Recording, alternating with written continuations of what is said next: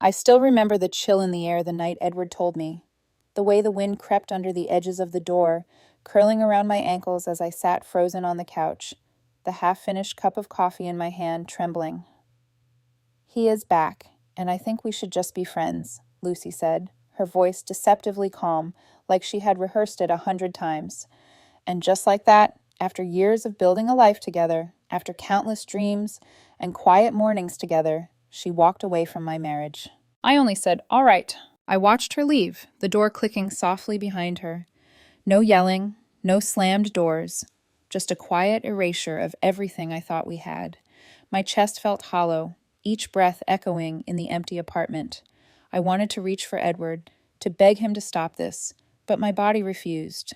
I just sat there, staring at the space Lucy had vacated, the absence heavier than any words could capture.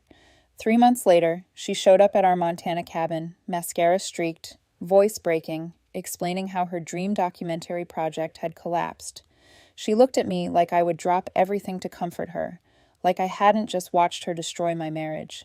Lucy, the name that had once felt thrilling, magnetic, now tasted bitter on my tongue. My husband Edward, steady, loving, always patient, had been seduced into her orbit. She brought chaos, spontaneity, unpredictability, while I had offered stability, trust, and a future we planned together. Weekends spent exploring cabins near Cannon Beach, talking about which room would be perfect for her editing setup. It all felt so tangible, so real. And then her past lover, messaged her, seeking her input for his new climate change documentary. I had tried to be supportive, saying it sounded exciting, but that was my first mistake. I trusted Edward, yes, but I hadn't seen the subtle shifts. She left earlier, returned later, no longer asked about my work or my life. Conversations about my microgrid projects, my passion, my pride, died quietly as I cleared the dishes alone. Then came that night at dinner when her phone lit up with a camera emoji, a clip labeled, "New footage is insane." Her smile, the one I once adored, now felt like a knife in my chest. "You do not have to sound like my mom, Julia," she snapped at me. And I knew, deep down, she was already gone. 2 weeks later, Edward said we needed to talk. I remember the air thickening, every second stretching painfully. "I think we should just be friends," he said, and I nodded. I didn't fight. I set the key on the counter, grabbed my coat, and left. And just like that, I was left to grapple with the aftermath of betrayal, wondering if I hadn't been enough, or if I had narrowly escaped a storm I wasn't meant to survive. I remember the first time I met Edward like it was yesterday, though it's been years. It was at a conference in Portland, a chance encounter over a shared table during a renewable energy seminar. I was nervous, clutching my notebook, and he had that calm, steady presence that made it feel like the world had slowed down around us. His laugh was soft, genuine, and I couldn't help but be drawn to it. We talked for hours that afternoon about microgrids, solar arrays, wind turbines, and somehow, life. By the time the session ended, I had convinced myself that I had met someone rare, someone I could trust not just with a conversation, but with my heart. Edward and I started dating a few months later. Our worlds were so different. He immersed in technical details, problem solving, and data. And I, creative, meticulous, planning every minute of our weekends. Yet it worked. He grounded me, and I added color to his life. We were careful about balance. I gave him space to unwind, and he reminded me that some things could be built steadily, patiently, if you committed to them. 2 years into our marriage, we had routines that felt comfortable, almost sacred. Mornings spent sipping coffee on our porch, evenings wandering the Oregon coast, debating over dinner whether we should buy a cabin near Cannon Beach. I imagined an editing studio with large windows overlooking the cliffs, sunlight pouring in while Edward tinkered with his microgrid designs nearby. We had dreams, quiet and mutual, that felt tangible. I never doubted him. I never doubted us. Edward was always patient with me. He listened to my ideas even when they were chaotic and helped me organize them without taking over. His mother loved me, even if she sometimes criticized my impulsiveness. His father quietly admired my independence. I felt like I had carved out a space in his life, a role that mattered without ever diminishing my own identity. And then Lucy entered. At first, it seemed innocent. A colleague reaching out, needing logistical advice for a documentary series. I remember Edward mentioning her casually over dinner, showing no alarm in his tone. "She's just looking for input," he said. And I bedward-eved him. I trusted him. I thought our foundation was solid enough to weather a professional interaction. For months, Lucy's presence felt distant yet pervasive. Late nights at meetings, sudden trips, her name whispered in Edward's phone conversations. I noticed, but I kept convincing myself it was nothing. I reminded myself of our routines, our shared life, the trust between us. We had spent weekends browsing cabin listings, discussing which rooms would work for my editing setup and his equipment. We had spent holidays introducing each other to our families, laughing, planning future trips, and talking about milestones. Our lives were intertwined in ways that felt unbreakable. Edward was always supportive. He encouraged me to chase my own projects, to grow as a creator, never stifling my ambitions. He celebrated my small victories, and I celebrated his. We were a team, grounded yet adaptable, capable of laughing through chaos and leaning on each other when storms came. And yet, beneath the calm, the quiet currents were shifting. I didn't see the first signs clearly, dismissing them as normal fluctuations in married life. But the distance was growing, imperceptible at first, like a subtle drop in water level that no one notices until the floor is exposed.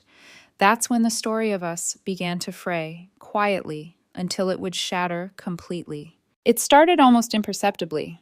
Small things at first. Edward coming home a little later than usual, claiming meetings ran long. I tried not to notice, but the familiar warmth of our evenings, our shared dinners, quiet conversations, laughter spilling into the living room, began to feel thinner, frayed at the edges.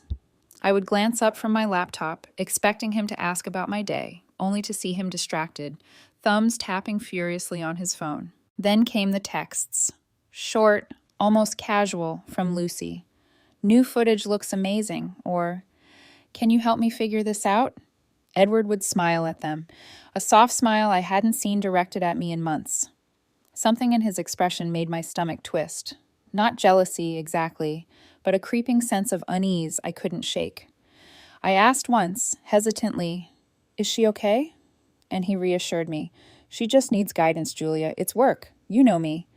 And I nodded, forcing myself to bedward-eve him. But over the following weeks, subtle changes became harder to dismiss. He left earlier, came home later. Our conversations about my editing work, about our plans for the cabin, began to feel forced. He no longer asked, no longer shared. I watched him laugh at something on his phone, an inside joke I wasn't part of, and felt a quiet ache settle in my chest. The house that once echoed with warmth and shared purpose began to feel cold, almost foreign. One night at dinner, his phone buzzed on the table. A camera emoji flash. A clip. "New footage is insane." He glanced at it, and I could see the spark in his eyes, the thrill that hadn't been for me in months. I smiled weakly. Looks like she's inspired again. But his response, the casual flick of his hand, the shrug, the slight tension in his jaw, told a story I didn't want to hear. "You don't have to sound like my mom, Julia," he said softly, and the words cut deeper than I expected. I felt it then, the undeniable realization that the space between us was widening, filled with secrets I wasn't privy to. The dinners we once shared in laughter became quiet rituals of separation. I cleaned up alone, my hands trembling, heart heavy, mind racing. And in that moment, I understood. Something fundamental had shifted. Edward was physically present, but his attention, his heart, his mind, parts of him had already left. 2 weeks later, he told me we needed to talk. I could feel it before he even said a word, the tension pressing down like the weight of a storm on the horizon. The room grew still and cold. His eyes, usually warm and reassuring, held an unfamiliar distance. And then he said it. "I think we should just be friends.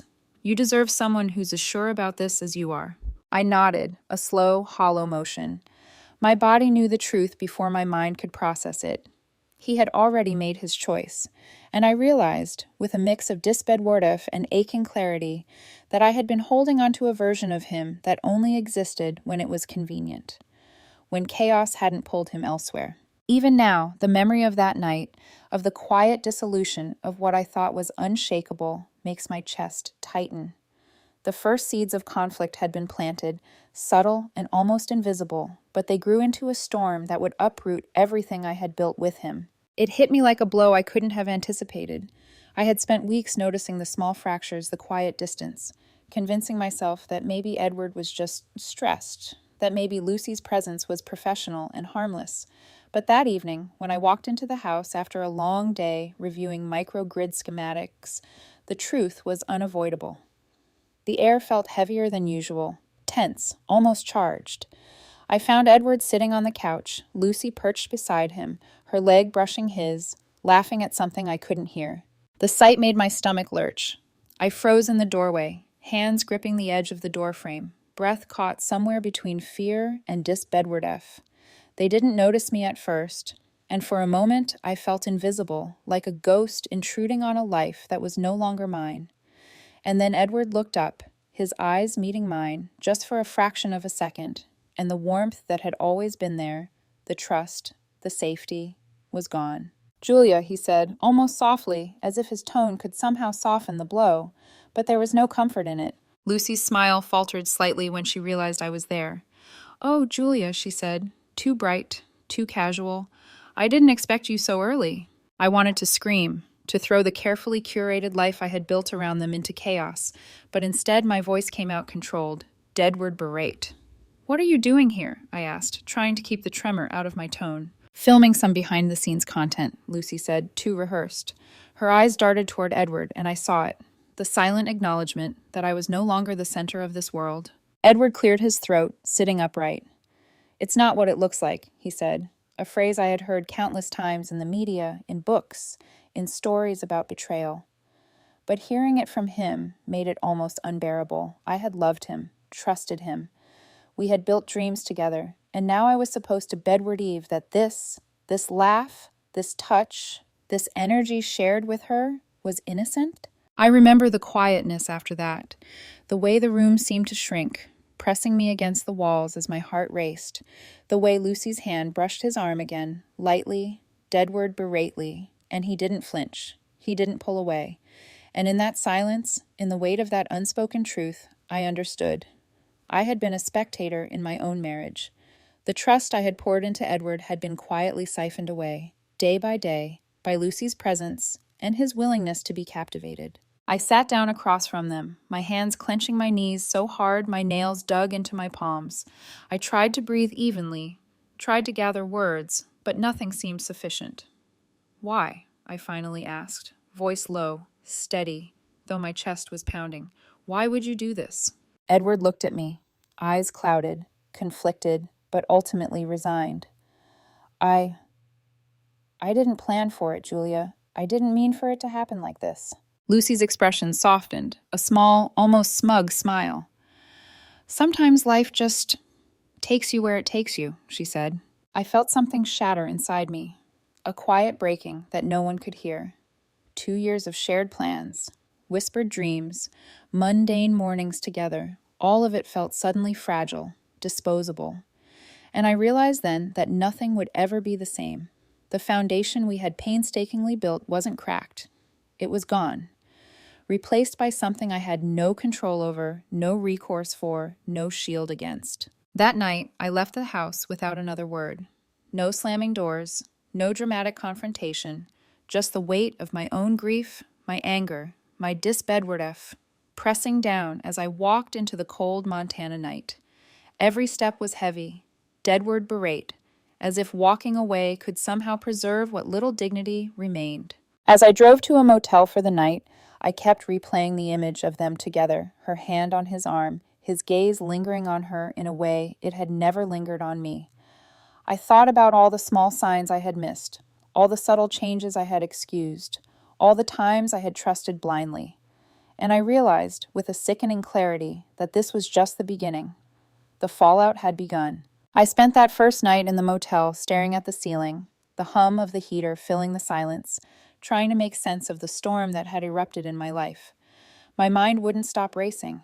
Every memory of Edward, the way he smiled when I walked into a room, the small gestures that made me feel safe, The quiet mornings with coffee and our plans for the cabin suddenly seemed like shadows of a past that had never truly belonged to me.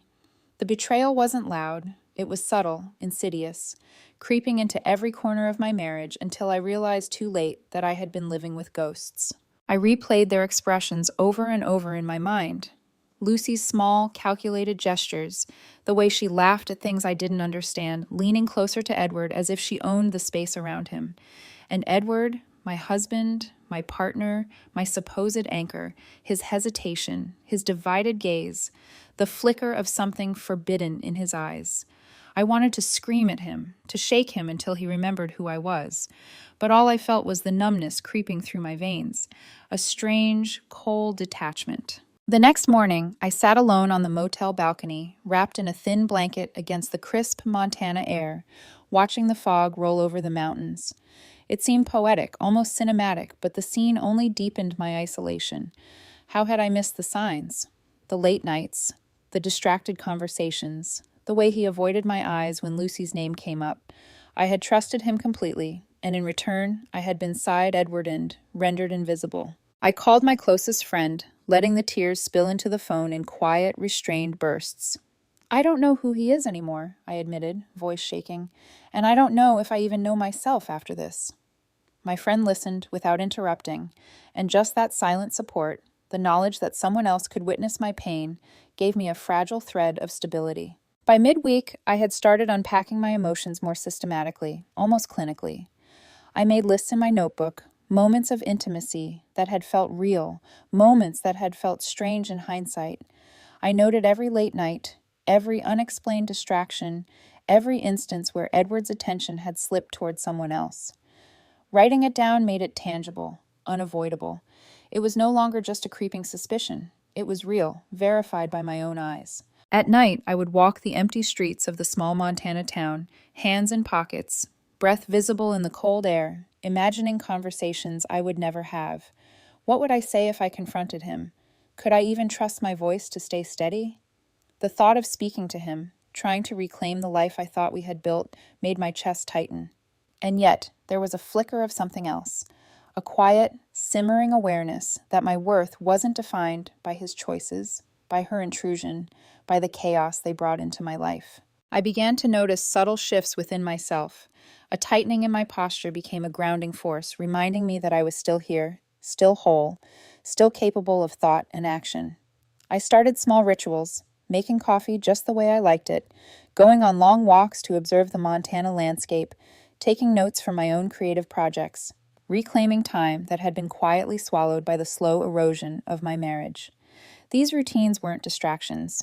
They were anchors. And in the quiet hours, when the wind rattled the motel windows and the world outside seemed distant, I realized that my reaction, my heartbreak, my anger, my simmering resolve, was only the beginning. The betrayal had struck, yes, but it had also forced me to awaken, to see the truth clearly. Edward had made his choice. Lucy had made hers. And I had a choice too, to be swallowed by despair or to reclaim my life, one deadward berate step at a time. The days that followed were like wading through a river of ice. Every interaction with Edward became a minefield, every word carefully measured, every glance loaded with meaning. He tried to act normal, to maintain the remnants of routine, but the air between us was dense with unspoken truths. The cabin, once a sanctuary of shared dreams, now felt like a stage for silent accusations, the walls bearing witness to the collapse of a life we had both promised to build. I remember the first time his mother called after the incident. Her voice was warm, almost too warm, masking an undercurrent of judgment. "Julia, darling," she began, "we just want what's best for Edward. You know, sometimes marriages, they face challenges." I could feel her words slicing through the fragile armor I had been trying to maintain. "I know," I said softly, keeping my voice even. "I'm trying to process everything." But I knew she was already forming conclusions, questioning my worth, my ability to maintain this marriage against the chaos Lucy had injected. Edward's father was less subtle. He dropped by unannounced, offering advice that felt more like veiled reprimands. "You've got to understand, Julia, sometimes a man gets drawn to excitement. You can't fight it. You just have to adapt." I clenched my fists under the table, tasting the bile of frustration and disbedward F. Adapt? Adapt to what? To my husband openly pursuing another woman in the guise of normalcy? Meanwhile, Lucy's presence lingered like smoke in every corner of my mind. I saw her in Edward's texts, in the way he smiled when his phone buzzed, in the laughter that seemed louder, sharper, directed elsewhere. I tried to confront him, to speak, but words faltered in my throat. Are you still involved with her? I asked one evening, voice low, almost trembling, despite the fire simmering in my chest. Edward avoided my eyes. It's complicated, he murmured. That word, so small, carried a weight that pressed on my lungs. Complicated. He had made it complicated by choice. Family gatherings became exercises in restraint. I watched them exchange knowing glances, felt the tension stretch across every conversation. My parents tried to offer support, but they lived miles away and could only provide sympathy, not solutions. Friends offered advice, their voices tinged with disbedwardif, at my patience, at my ability to endure the Edwarding of my marriage. Yet each interaction reminded me that my life had changed irrevocably, that the stability I had cherished was gone, replaced by uncertainty and chaos. And then came the moments of private confrontation. One night, alone in the living room, I faced Edward directly. I see it, I said, voice barely above a whisper, yet heavy with accusation. I see the way you look at her, the way she's become a part of our life. Do you even care about what we built? He looked at me, eyes shadowed with guilt and longing, but the truth was clear. I care, Julia, he said. I just don't know what I want anymore. Those words, meant to soothe, only stung sharper than any scream. He didn't know what he wanted. He didn't know, or perhaps he didn't care, that I had given everything to this marriage. I started noticing the subtle cracks in myself, the way I held my breath, the tension in my shoulders, the nights spent replaying moments that hurt too much to confront directly. I began documenting, making mental notes of every interaction, every betrayal, every small lie or omission. It wasn't obsession, it was survival. I needed to know where I stood, needed to anchor myself in truth while the world around me swirled with falsehoods and manipulations. Edward tried to convince me to forgive, to move past, to adapt. Julia, it's just a phase, he said once, voice almost pleading. But I could see the ease with which he slid into Lucy's orbit, the way he tolerated chaos over commitment. A phase, I repeated silently, letting the words settle in my mind like a warning bell. My heart hurt, yes, but anger coiled beneath it, a slow-burning fire that refused to be extinguished. The final escalation came when Lucy called, expecting casual conversation. Her voice was cheerful, too cheerful, as if she didn't realize, or didn't care, about the devastation she had caused. I just wanted to touch base with Edward, she said. I could hear the expectation in her tone, the presumption that I would step aside, that I would endure silently. But this time, I didn't flinch. I'm right here, I said, my voice calm but sharp, and you need to understand. This stops now. I won't tolerate your intrusion any longer. It was a small victory, perhaps, but a crucial one. In the face of betrayal, in the shadow of my husband's indecision and Lucy's intrusion, I found the first stirrings of clarity, of resolve. I realized that this was no longer just about hurt or anger. It was about reclaiming myself, about standing firm in the life I deserved. And though the path ahead was uncertain, I knew I had reached a point from which I could no longer retreat. It was late November when the weight of everything crashed down on me. The Montana wind rattled the windows, cold and relentless, matching the storm inside my chest. I sat alone in the cabin, the familiar hum of the heater barely keeping the chill at bay. For the first time since the betrayal, I allowed myself to truly feel the depth of it, every shred of grief, anger, disbedwardef, and exhaustion cascading through me in waves I could neither control nor escape. I thought about Edward, my husband, the man I had trusted with my heart and my life, whose hands I had held through dreams, plans, and quiet mornings. And now, those same hands were intertwined with someone else's ambitions, someone else's energy, someone else's presence invading the sacred spaces we had created. I couldn't picture him returning fully, not because he wouldn't want to, but because his heart, for reasons I couldn't reach, had already been split. The nights were the hardest. I'd lie awake, staring at the ceiling, heart hammering, mind refusing to quiet. Images of him with Lucy, their laughter, the subtle touches, the easy camaraderie, haunted me. I questioned everything I had bedwardeved about our life together. Had it ever been real? Had I only been a supporting character in a story where I had thought I was the protagonist? The thought made my chest tighten, my lungs ache. Even when I forced myself to eat, to walk, to do the smallest of tasks, the shadow lingered. I noticed my reflection in the bathroom mirror, eyes rimmed red, lips pressed tight, shoulders slumped. The woman staring back felt unfamiliar, like grief had sculpted a new version of me, one cautious, wary, raw. I had always prided myself on resilience, on facing challenges head-on, but this was different. It wasn't a project, a deadline, or an obstacle to overcome. It was betrayal made manifest, and no technical skill or logical reasoning could fix it. Friends tried to reach me, but I pushed them away. Their concern felt suffocating. Their words empty in the face of what had been taken from me. My parents called, but even their voices, warm and caring, couldn't penetrate the fog of desolation that enveloped me. I kept replaying the moment Edward told me, "I think we should just be friends," and how my body had nodded, mechanically, as if some part of me had already known it was inevitable. Yet the pain, the loss, the sense of abandonment was still raw, cutting sharper than I imagined possible. I took long walks in the Montana woods, letting the cold bite my cheeks, hoping that nature's vastness could dilute the sting of betrayal. The mountains were stoic, silent witnesses to my sorrow. I whispered to the wind, asking it to carry away the bitterness, the heartbreak, but the echoes returned unchanged, reminding me that healing was nowhere near within reach. And then came the quiet moments, the ones that struck deepest. Opening the mailbox, seeing nothing from him. Walking past the cabin we had dreamt of buying together. The subtle reminders of our shared life were now instruments of grief. I cried quietly, not for the life lost, but for the version of myself I had thought existed. Naive, trusting, unwaveringly devoted.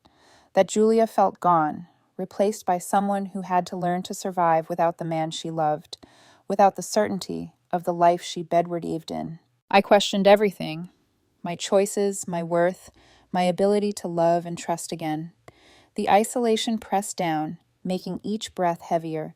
I wanted to scream, to lash out, to demand answers I knew I'd never receive. But the cabin was empty, the world silent, and I was left alone with the unbearable truth. The life I had built, carefully, patiently, had been fractured, and there was no immediate repair. And in that darkness, a small, stubborn ember began to glow. Not hope, not yet, but awareness. Awareness that I could survive this. That grief, as crushing as it was temporary. That betrayal, as devastating as it felt, did not define me. I didn't know how, or when, or if I would reclaim happiness, but I knew, with a clarity sharpened by pain, that I could not let this define the rest of my life. For now, the darkness held me, but I sensed, faintly, that it would eventually pass, that someday the weight would lift, and I would step into a life no longer dictated by betrayal, by chaos, by the choices of others. And in that tiny, fragile realization, the first threads of resolve began to weave themselves quietly, imperceptibly, into my battered heart. It was a cold March morning when clarity finally broke through the fog that had clouded my mind for months. I was at the Montana site, checking the installation of a new microgrid, the hum of solar arrays and wind turbines filling the crisp air. Physical work had become my therapy, grounding me in something tangible, something lasting. And as I wiped sweat and grime from my brow, I realized this was real. This was mine, my life, my choices, my impact. The turning point didn't arrive with drama, confrontation, or shouting. It arrived quietly, in the form of William. Sharp, no-nonsense, brilliant William, who had been my anchor in Montana. We had spent long evenings by the campfire discussing work, life, and everything in between. One night, after a particularly Edwarding day, I mentioned Edward. The betrayal, the heartbreak, the relentless ache of watching someone you love slip away. He didn't respond with pity or advice. He simply said, "People leave when they realize you are not a supporting character in their story. You are the protagonist in your own." The words struck me like lightning. The fog lifted just enough for me to see the truth clearly. I hadn't been weak. I hadn't failed. Edward had made his choice. Lucy had made hers. And now, for the first time, I could make mine, not as someone reacting, not as someone hurt, but as the protagonist of my own life. That day, I walked through the Montana landscape with a deadward berate steadiness. Every turbine, every solar panel, every meter of cable I installed reminded me that I could build something that mattered, something real. I had the skills, the knowledge, and the resilience to create a life that wasn't dependent on someone else's chaos or validation. The next call from Edward confirmed what I already knew.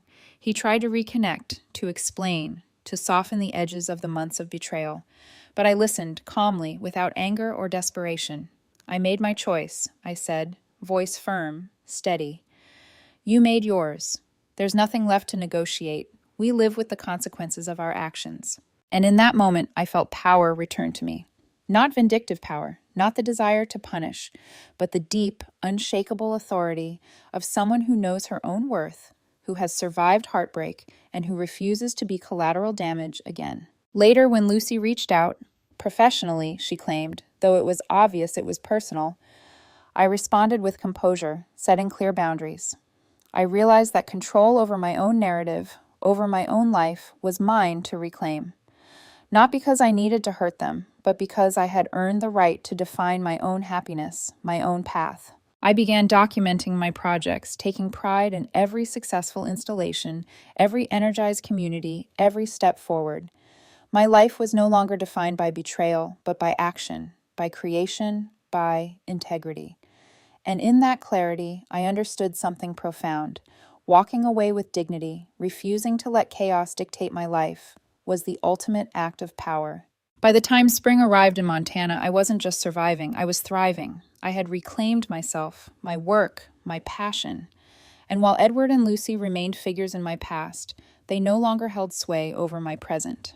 I had turned the page, firmly and decisively, and for the first time in months, I felt the lightness of freedom. By late summer, the ripples of my decision had reached their inevitable conclusion. Montana's endless skies and rolling hills had become my refuge, my canvas, and my proving ground. I had invested myself fully into the microgrid projects, expanding them to multiple communities, and each success reinforced the truth I had come to embrace. I was capable, resilient, and unshakable. Meanwhile, the consequences of choices made in selfishness and impulsivity began to manifest in Edward and Lucy's world.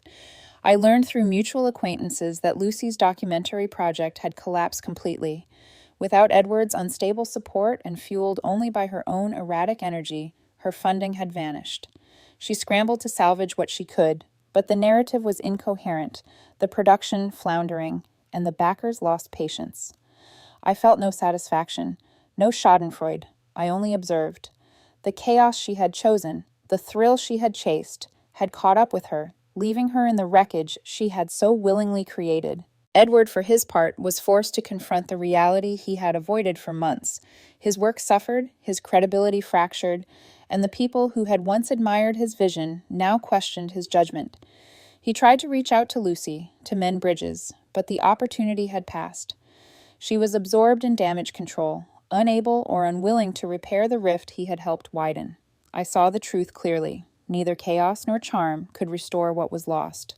The foundation had crumbled, and there were no architects left to rebuild it. Back in Montana, I bore witness to their downfall from a distance, shielded by choice and circumstance. I didn't need to intervene or engage. My life was no longer intertwined with their drama. I focused on tangible achievements, communities powered, systems stabilized, and personal growth solidified. William and I continued our work side by side, our partnership a quiet, steady counterpoint to the turmoil I had left behind. His presence reminded me daily that real connection was not measured by intensity or chaos, but by understanding, respect, and consistent support. Even when news of their failures trickled into my inbox through professional channels, social media whispers, or chance encounters, I felt only a detached sense of acknowledgement. I was not gloating. I was observing cause and effect, the natural consequences of decisions made without regard for others. The lesson was clear. Stability, integrity, and patience outlasted reckless ambition and impulsive desire. The final confirmation came when Lucy's entire online presence vanished. Profiles deleted, posts wiped clean, accounts erased as if she were retreating completely from a world where she had watched others thrive while her own efforts collapsed. For a moment, I felt a pang of empathy. I knew the exhaustion of having one's dreams unravel, but it was fleeting. Her chaos had consumed her, and I had escaped. I had built something real, enduring, and fulfilling, independent of the instability that had once surrounded me. In my own life, fallout was quieter but profound. The residual pain of heartbreak had finally eased, leaving behind a sense of clarity and strength. I no longer questioned my decisions or my worth. Every project completed, every community empowered, every day spent side by side with William reaffirmed that I had reclaimed agency over my life. I was not just surviving, I was thriving, grounded in purpose and in harmony with someone who truly saw me. Edward and Lucy's missteps, their chaos, and their inability to sustain what they had touched served as silent affirmations of the choices I had made. I had chosen integrity over chaos, reality over illusion, and in doing so, I had preserved myself. The fallout had run its course, leaving them to contend with the consequences of their own actions, while I moved forward unburdened, confident, and free. The Montana wind carried a different sound now, not a signal of emptiness, but of opportunity. The turbines hummed steadily, a testament to work done well, to a life rebuilt with intention. And as I looked out over the valleys and forests, I understood fully that I had survived, and more importantly, that I had reclaimed my story entirely. Winter had returned to Montana, painting the valleys and ridges in white. I stood on the bluff overlooking the wind turbines, the ocean of steel and blades spinning steadily against the pale light. William was beside me, quiet, sharing in the stillness, and I realized how far I had come. The numbness, the heartbreak, the chaos that had once threatened to consume me, they were behind me now. I thought about Edward and Lucy briefly, not with anger, not with longing, but with acceptance. They had made their choices, and I had made mine. I hadn't needed to fight, hadn't needed to chase, hadn't needed to compromise my integrity to hold on to someone who was never fully mine. I had learned that love, at its most profound, is not about possession, excitement, or validation. It is about partnership, understanding, and the quiet strength of showing up consistently. The lesson I carried with me was simple, yet hard-earned. Some people only love the version of you that supports their ambitions, that amplifies their desires, or that stabilizes their chaos. Real connection comes from mutual recognition and respect. You cannot force someone to see your worth, nor can you force them to value what you offer. What you can do is honor yourself, build something enduring, and surround yourself with those who see and celebrate your true essence. William and I didn't talk about engagement rings, wedding plans, or public declarations. We simply built our lives together, side by side, hand in hand, with trust and shared purpose. There was no drama, no constant intensity, just steady presence. I had reclaimed not just my heart, but my autonomy, my joy, my life. And as the Montana wind swept across the hills, carrying the rhythmic hum of turbines into the distance, I understood the final truth. Storms will come, chaos will visit, and people may falter, but what you build with integrity, care, and consistency will endure. I had walked through heartbreak, through betrayal, through the collapse of someone else's choices, and I had emerged whole. For the first time in months, I smiled freely, breathing in the cold, clean air, Edwarding the grounding weight of life beneath my feet. I was no longer a character in someone else's story. I was the protagonist of my own, and my story was far from over. It was only just beginning.